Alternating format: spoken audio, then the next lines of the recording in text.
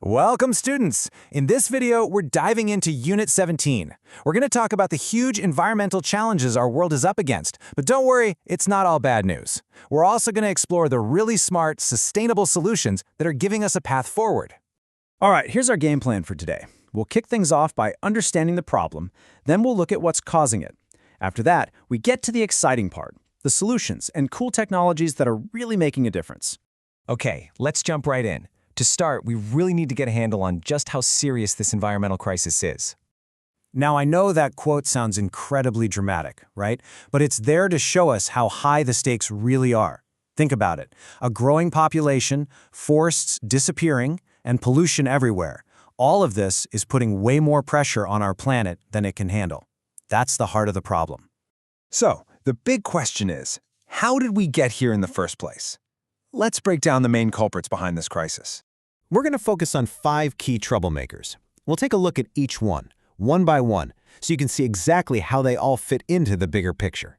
First up, burning fossil fuels. So whenever we use coal, oil, or gas for things like our cars or for making electricity, we release a ton of carbon dioxide, or CO2.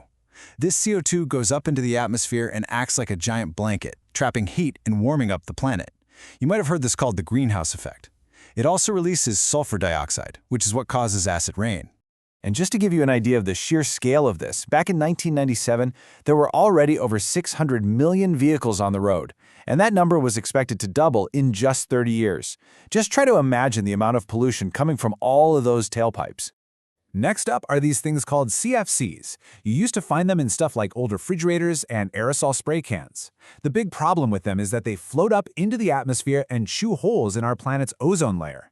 You can think of the ozone layer as Earth's natural sunscreen. When it gets damaged, more of the sun's harmful UV rays get through, which isn't good for us and also warms the planet. All right, cause number 3, lead in petrol. Now, thankfully, this is much less of a problem today, but for a long time, it was a huge source of air pollution. Lead is a really poisonous chemical, and when cars burned this fuel, that lead got into the air and caused some pretty severe health problems, especially for our nervous systems. And then there's deforestation. This is when we clear huge areas of forest to make space for farms, to get fuel, or to build our cities.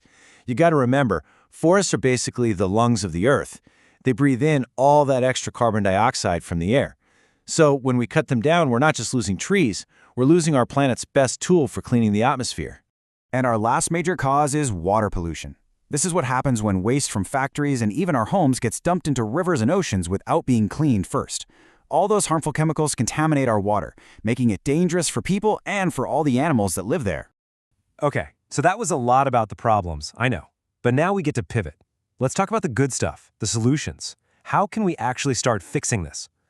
Now this is a really key idea you'll want to remember: sustainable green technology.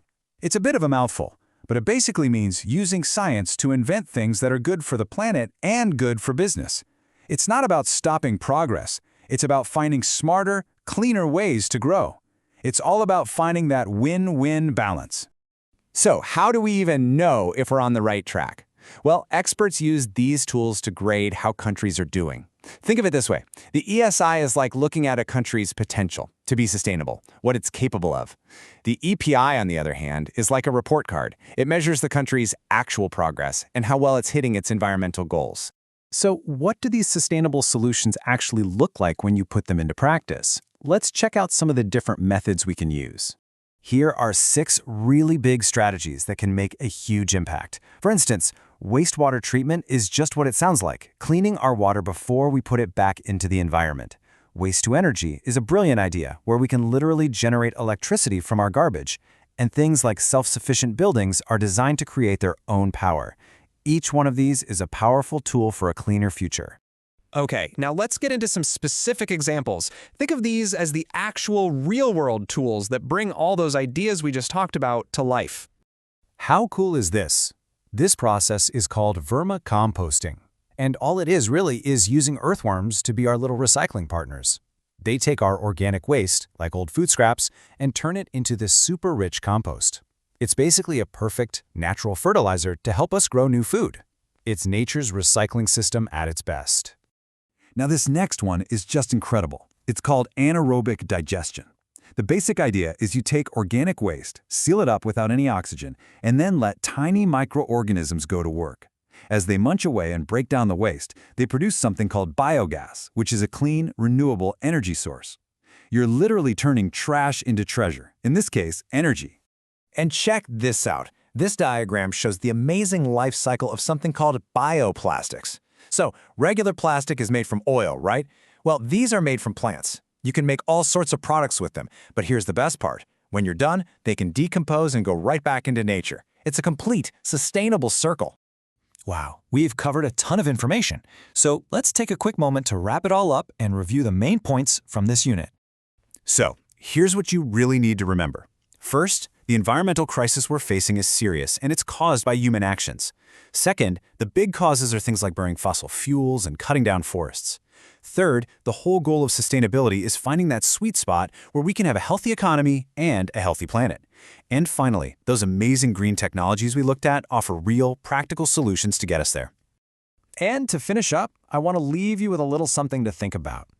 Now that you've learned about all these different solutions and technologies, which one do you think holds the most promise for our future? For more clear explanations and daily IGNOU videos, subscribe to IGNOU Mind Decoded.